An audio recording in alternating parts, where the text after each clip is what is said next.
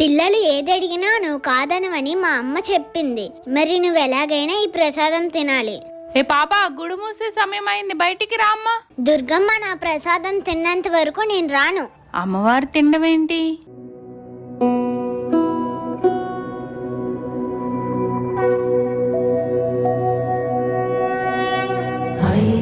Nandini Nanditha మేదిని Vishwa Vinodini నందినుతే గిరివర Vindhya శిరోధిని వాసిని Vishnu విలాసిని జిష్ణునుతే